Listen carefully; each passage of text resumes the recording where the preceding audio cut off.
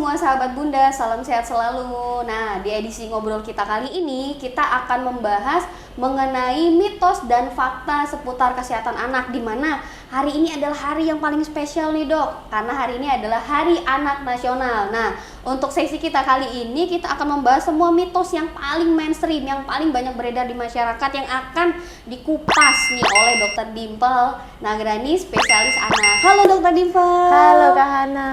Nah, gimana nih dok kabarnya nih dok? Baik-baik aja nih. Menyambut Hari Anak hari ini, Ya. dokter excited ya dok ya? Excited banget. Mengungkap mitos dan fakta-fakta nih dok. Betul sekali. Oke. Apalagi kalau kita mau ngomongin mitos dan fakta supaya mama dan papa udah nggak bingung-bingung lagi. Betul sekali, supaya kita semua ini tidak salah pemahaman dok terkait mitos dan fakta yang beredar di masyarakat. Betul sekali. Oke baik dok, ini mitos yang paling sering diperbincangkan oleh banyak orang dok. Nah ini adalah mitos atau fakta yang paling sering kita temukan di lapangan nih dok, atau di luar ya dok ya, mengenai demam. Apabila anak demam nih dok, apakah harus dikompres dengan air dingin dok? Itu gimana dok?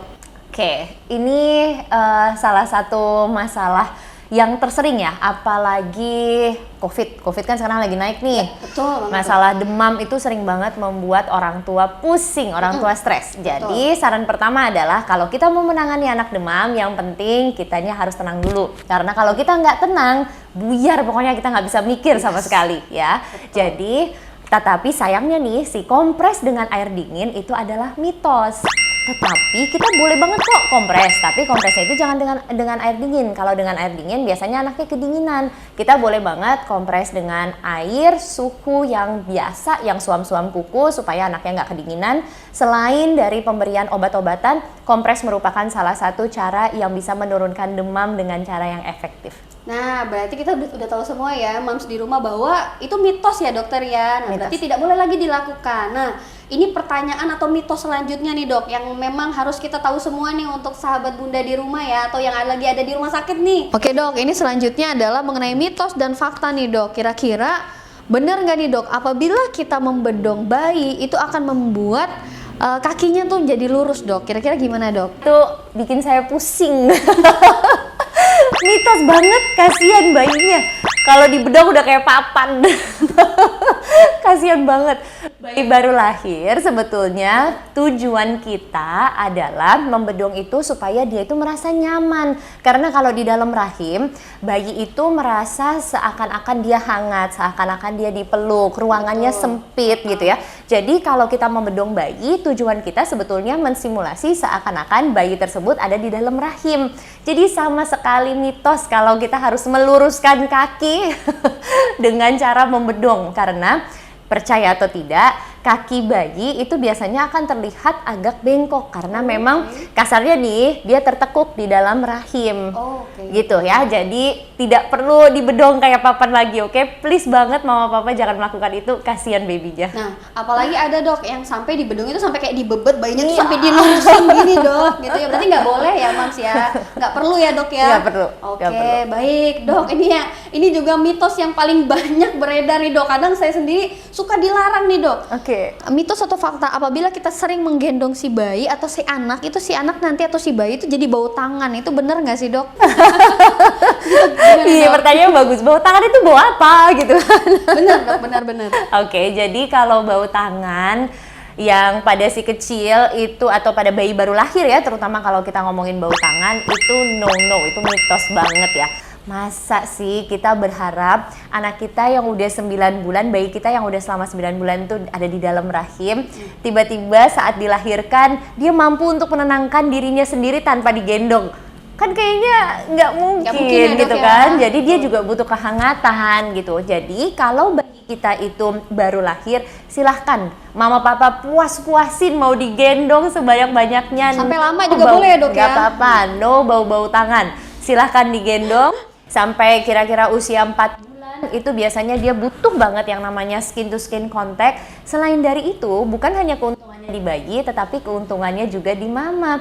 Karena skin to skin contact juga ternyata bisa mengurangi resiko baby blues dan juga depresi pada ibu. Jadi silahkan gendong sebanyak-banyaknya. gendong sebanyak-banyaknya dan selama-lamanya. Walaupun digendong orang lain juga boleh ya dok ya. Iya, boleh jangan kok. diomelin lagi nih Mams. Kalau ada tante-tantenya mau gendong kelamaan, aduh jangan nanti bau tangan gitu. Berarti itu adalah mitos ya. Betul sekali. Oke dok, selanjutnya nih dok, yang paling sering kalau kita lihat dok, mitos atau fakta dok, penggunaan baby walker ini bisa mempercepat si anak berjalan. Gimana dok? Oke, sekarang sebetulnya baby walker udah tidak boleh digunakan lagi. Jadi itu mitos banget ya.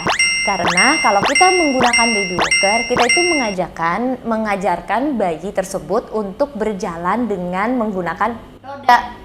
Mungkin ya. Jadi biasanya bayi-bayi yang belajar jalannya itu dengan baby walker, mereka memiliki kebiasaan untuk menjinjit. Nah, kalau mereka mempunyai kebiasaan menjinjit, jadinya nanti jalannya akan lebih lama. Oke. Gitu. Jadi sama sekali sudah tidak dianjurkan. Selain dari itu, dari segi keamanan juga sangat tidak dianjurkan. Jadi mitos banget tuh kalau baby walker. Nah, jadi untuk mams di rumah nih, sahabat-sahabat bunda yang lagi ada yang menyaksikan kita nih dok ya, berarti baby walker itu juga tidak ya dok ya, tidak membantu mempercepat si anak belajar berjalan ya dok. Betul Oke, sekali. Baik. Yang Lanjut boleh, nih, Dok. sorry banget, yang boleh digunakan itu sebetulnya adalah push walker. Kalau push walker itu dia mendorong bayinya itu tidak masuk ke dalam ring. Push walker boleh digunakan, tetapi baby walker tidak boleh digunakan. Boleh ya dok. Ya dok, kalau misalnya kan katanya nih dok, bayi yang mau belajar berjalan suruh berjalan di atas embun pagi nih dok. Ih paling sering nih dok. Kalau lihat mau berangkat kerja, lihat ibu-ibu nih ngajak anaknya sambil nyuapin nih, dibawa ke embun diajak jalan, itu bener ngaruh nggak sebenarnya sih dok? Oke, kalau untuk jalan di rumput, ya jalan di rumput nih, itu bagus sekali sebetulnya.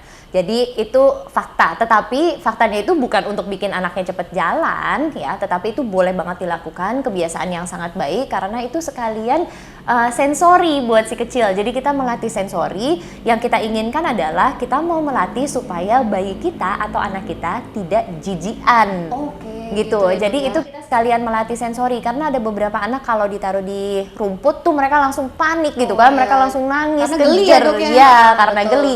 Tapi kalau kita mau membiasakan hal tersebut dari kecil itu juga bagus banget, dan percaya atau tidak, kalau si kecil latihan sensori terus, makannya juga akan lebih pintar. Wah, berarti memang itu bisa dikatakan fakta ya dok, tapi tidak untuk mempercepat jalan si anak ya dok. Betul, ya. betul. Itu harus digarisbawahi ya, mams yang lagi nonton kita nih pada hari ini khusus ya. Nah, selanjutnya nih dok, nih katanya banyak sekali beredar info dok, beredar mitos atau fakta nih dok ya di luar mengenai anak-anak yang belum tumbuh gigi itu tidak bisa naik tingkatan makanannya dok. Itu gimana? Berarti harus sampai rapi dulu semua baru naik jadi nasi, apa terus-terusan bubur gitu dok? Jangan, please, jangan banget, itu mitos banget. Anak-anak tidak membutuhkan gigi untuk naik tekstur. Sekali lagi mau saya ulang karena ini Iya, penting banget. Harus di-highlight nih dok. Highlight banget ya, kalau bisa bold ya, caps lock. Pokoknya anak-anak tidak butuh menunggu giginya lengkap untuk naik tekstur ya. Jadi si kecil itu bisa banget mengunyah dengan gusi. Oke, jadi si kecil itu wajib naik tekstur di usia 9 bulan, dia sudah harus bisa makan tim. Oke. Ya, Masih jadi halus makanan ya, Dok, ya? ya betul. Jadi makanan padat yang lembut itu boleh dikasih. Kemudian usia 12 bulan ke atas bahkan kita sudah menganjurkan untuk pemberian makanan keluarga. Oke. Jadi silahkan disesuaikan aja makanan padat yang lembut, tetapi si kecil wajib banget mengunyah. Kalau dia tidak latihan mengunyah di antara usia 8 ke 10 bulan, biasanya anak kita jadinya nggak terlalu pintar untuk mengunyah. Jadi sekali lagi itu mitos banget. Mitos ya, karena masih banyak nih dok anak-anak kecil yang kalau makan ayam cuma makan-makan doang, keliling-keliling, akhirnya setelah sari-sarinya itu diserap dok baru dibuang. Mungkin itu salah satunya, mungkin karena orang tuanya kurang mengajari dari awal cara makannya tuh bagaimana dok? Oke, kalau untuk pertanyaan tersebut sebetulnya untuk daging ya, daging sapi ataupun daging ayam itu seringkali si kecil tuh mengalami kesulitan untuk mengunyah. Jadi sari-sarinya atau serat-seratnya itu seringkali dilepeh gitu ya. Kalau serat-seratnya dilepeh karena memang dia tidak bisa menelan. Nah, biasanya kita boleh memberikan daging cincang ya, kemudian bisa kita bentuk bakso atau kita bisa bentuk nugget supaya si kecil lebih bisa halus ya, Dok, berlatih. ya? Ya, gitu. Betul. Oke dok, ini pertanyaan selanjutnya dok mengenai mitos dan fakta ya dok ya. Nih, apabila bayi baru lahir dalam waktu 7 sampai 10 hari itu akan membuat panik si orang tuanya, terutama untuk orang tua yang baru punya anak pertama nih dok, bahwa si bayi baru lahir akan turun berat badan 7 sampai 10 hari pertama. Gimana itu dok? Apa harus dipanikin atau gimana dok? Mitos atau fakta tuh dok? Itu fakta banget. Jadi si kecil yang baru lahir itu pasti berat badannya akan turun dulu. Berat badannya itu akan lebih rendah dibandingkan dengan berat lahir. Kenapa sih seperti itu? Ini bukan menandakan bahwa ASI ibu kurang. Please banget jangan mempertanyakan volume ASI ibu gitu ya kalau memang melihat berat badan bayi itu menurun dulu. Ini hal yang normal dan bisa saya katakan 100% bayi pasti deh berat badannya akan turun dulu. Baru Di kemudian awal-awal ya, dok, ya? baru kemudian akan naik lagi kira-kira di usia 7 sampai 10 hari. Nah, hal ini terjadi sebetulnya karena kalau kita menimbang berat badan bayi yang baru lahir, berat badan yang pertama itu kan bayinya belum pipis, belum pupuk gitu kan. Jadi setelah itu kan kita menimbang berat badan yang setelah buang air besar atau buang air kecil, sehingga berat badannya kesannya akan menurun. Selain dari itu juga kolostrum yang merupakan ASI awal ibu yang antibodinya tinggi banget dan itu penting banget, kalorinya ternyata rendah. Jadi si kolostrum itu tidak akan menggemukkan bayi, tetapi itu kayak seakan-akan bayi itu diberikan imunisasi dulu, imunisasi alami oleh si ibu melewati si kolostrum tersebut. Ya, jadi memang berat badan bayi akan turun dan itu bukan dikarenakan masalah di volume ASI ibu. Silahkan dikonsultasikan sama dokter spesialis anaknya untuk melihat apakah berat badannya itu normal atau tidak. Nah, kalau tadi kita membahas kolostrum ya dok ya, mengenai si ASI tadi, ini paling sering terjadi nih dok. Ini sebenarnya yang harus diluruskan oleh ibu-ibu yang ada di rumah nih atau yang sedang nonton kita nih dok. Kira-kira dok, untuk kolostrum tadi atau ASI pertama atau yang dibilang ASI basi dok, itu sebenarnya harus dibuang atau diberikan ke anak dok? Duh, mitos banget. Aduh, kolostrum itu penting banget, bahkan sebutan kolostrum itu adalah liquid gold. Ya, jadi cairan emas gitu ya, karena memang warnanya kan kekuningan gitu ya. Jadi si kolostrum ini antibodinya banyak banget, bahkan antibodi COVID juga ditemukan di kolostrum gitu kan. Jadi si kolostrum ini benar-benar merupakan imunisasinya pertama si kecil gitu ya. Jadi harus justru diberikan ya dok ya. Betul, itu harus banget dan ini sangat berharga ya. Jadi si kecil wajib menerima kolostrum. Oke, baik ya. Jadi ini berarti mitos ya bahwa kalau ASI pertama atau kolostrum ya dok itu harus dibuang, itu nggak boleh. Itu paling bagusnya ya dok ya. Oke, jadi ini tidak boleh dilakukan, bahwa ini adalah mitos ya dok ya. Ini sebenarnya mitos lagi nih dok, tapi ini agak membuat lucu ya dok, mengenai katanya kalau sering mencubit hidung anak dok, itu bisa membuat mancung. Apakah hidung dokter dulu suka dicubit-cubit atau gimana? Ini ngomongin gue. Ini gimana nih dok? No, please jangan banget, ini nggak oke nih ya. Jadi hidungnya jadi bengkok. Mancung bener, tapi nanti jadi bengkok. Jangan melakukan hal tersebut ya, karena sebetulnya seringkali dilakukan pijat wajah karena tulang bayi itu masih sangat soft ya, sangat lembut gitu kan. Jadi tulang rawan. Jadi memang seakan-akan tuh gampang kita bentuk gitu ya. Tapi jangan, karena itu lebih membahayakan, nanti hidungnya bengkok kayak saya. Jangan mau. Jadi ini mitos ya ibu-ibu di rumah ya, atau yang lagi nonton kita ini mitos. Jadi jangan sampai anaknya dicubit-cubitin sampai merah gitu ya dok ya. Jadi nggak mungkin dok hidungnya kayak dokter Dimple gitu, mancung ya gitu. Nah, ini pertanyaan selanjutnya nih dok, mitos atau fakta nih dok sebenarnya bahwa vaksin, apabila anak divaksin itu dok, itu atau sebagian orang tua itu melarang anaknya untuk vaksin supaya anaknya tuh tidak terkena penyakit dok, itu benar atau enggak dok? Vaksin itu sebetulnya kita memberikan bagian kecil dari si virus atau bakteri ke dalam tubuh bayi atau ke dalam tubuh anak sehingga mereka membentuk antibodi. Antibodi ini diharapkan cukup untuk melawan kalau beneran virusnya atau bakterinya itu masuk ke dalam tubuh mereka. Jadi itu mitos banget, tetapi faktanya adalah bayi atau anak yang telah divaksin masih bisa terkena penyakit tersebut. Masih bisa ya. Jadi kalau dia udah divaksin campak bukan berarti anak kita tidak akan kena campak. Kalau anak kita sudah divaksin COVID bukan berarti berarti anak kita tidak akan kena COVID, tetapi yang kita harapkan setelah divaksin jadinya gejalanya nggak akan berat. Oh, berarti hanya tidak memperburuk gejala aja ya dok ya. Jadi vaksin itu bukan untuk mencegahnya benar-benar ya dok ya. Ya.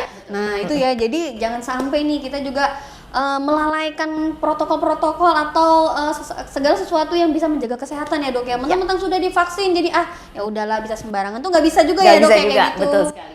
Oke dok, ini lanjut lagi nih dok ya. Oke dok, selanjutnya adalah mitos atau fakta. Apabila kita nih dok, jadi kalau ini sebenarnya mitos yang paling banyak nih dok, mitos atau fakta mengenai apabila gigi kita tanggal atau gigi anak tanggal yang atas itu harus dibuang ke bawah, kemudian gigi anak tanggal yang bawah harus dibuang ke atas, itu mitos atau fakta dok? Ternyata termasuk dia. Gitu dong, jadi kalau saya tanggal giginya sampai sekarang saya pasti, oh ini buangnya ke bawah, berarti gigi Oh, saya ke bawah gitu. gitu. Ini gimana dok? Harus Nggak, dilurusin nih? yang bawah ke atas, yang ke atas ke bawah gitu enggak? Iya terbalik dok. Oh, justru. terbalik. Oh, gitu. Harus terbalik dok. Kayaknya mitos banget ya, ngerepotin. Ntar kalau kita lupa gimana? Jadi itu mitos ya dok ya. Mitos. Jadi ini nggak boleh lagi nih. Aduh, apalagi kalau anak-anak kecil kan pasti dari gigi susu pasti ini ya dok ya. Ya.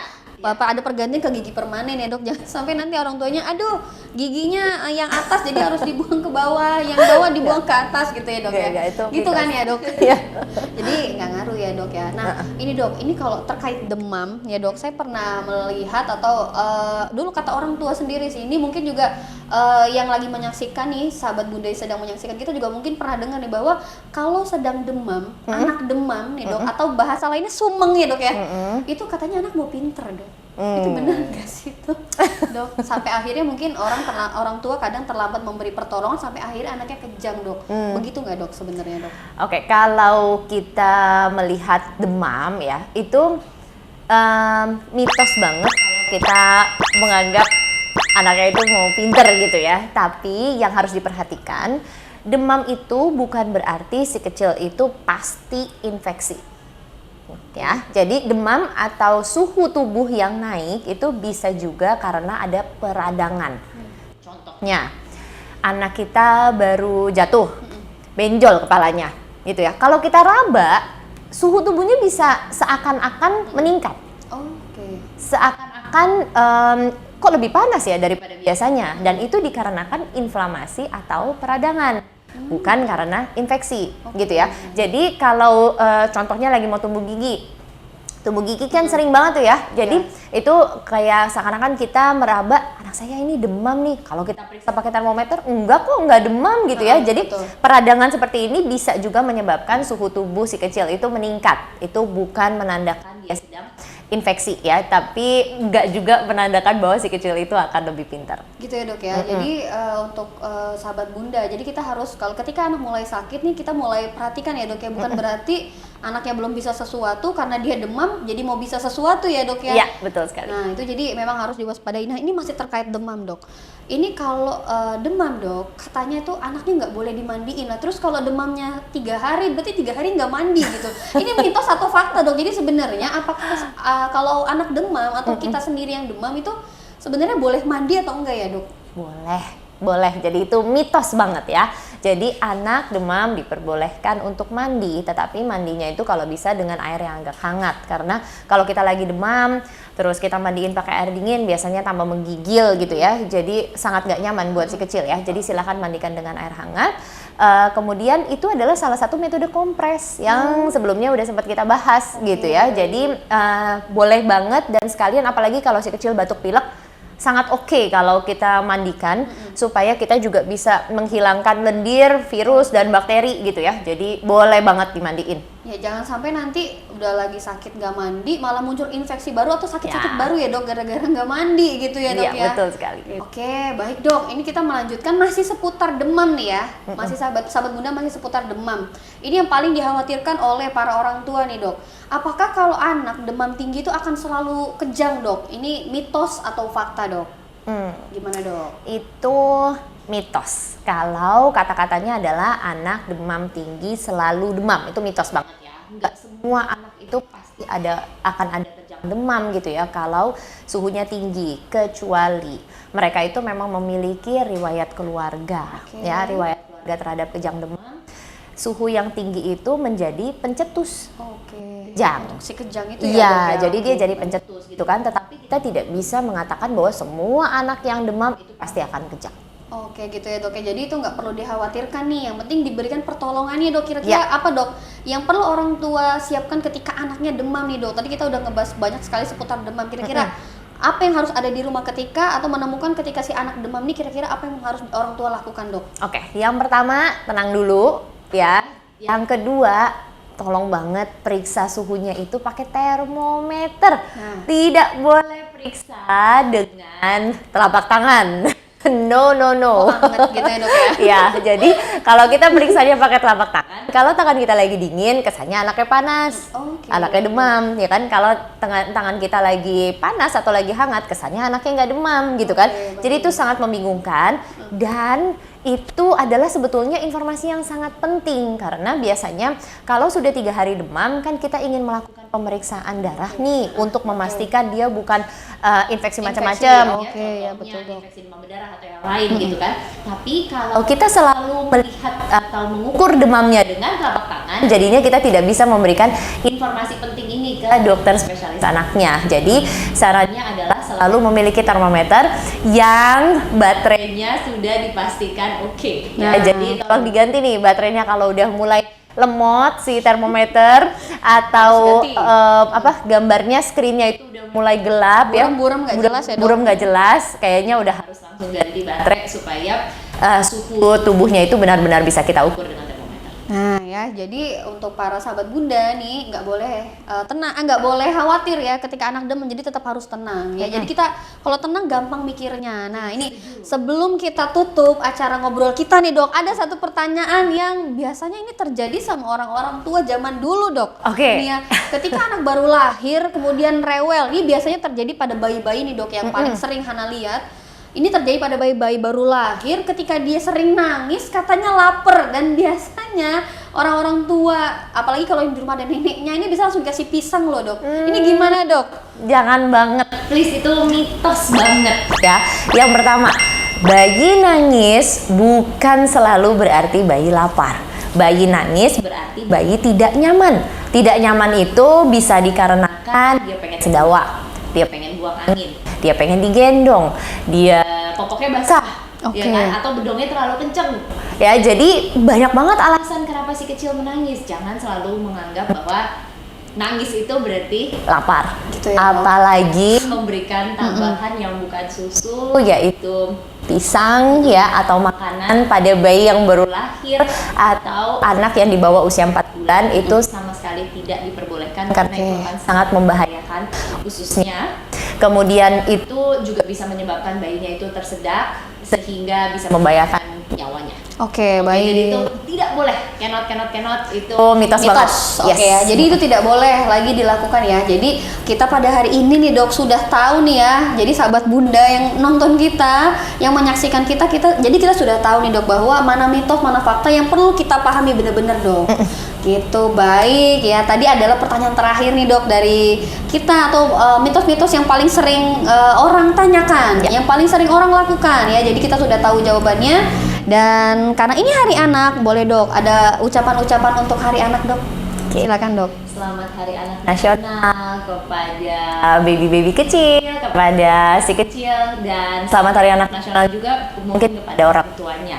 Selalu semangat untuk belajar, tetapi jangan lupa untuk dipraktekkan apa yang sudah dipelajari. Jangan cuman belajar doang, tetapi takut untuk mempraktekkan, karena dokter spesialis anak, ibu dan bapak itu ada untuk selalu mensupport ibu dan bapak untuk selalu memberikan yang terbaik untuk si kecil. Semangat terus ya mama papa. Baik, tadi kita juga sudah mendengarkan closing statement mengenai Hari Anak Nasional yang pada hari ini dirayakan oleh semua anak-anak yang ada di Indonesia. Terima kasih Dokter Dimple, semoga ilmu dan yang tadi sudah disampaikan bermanfaat untuk kita semua. Sampai ketemu lagi. Dadah.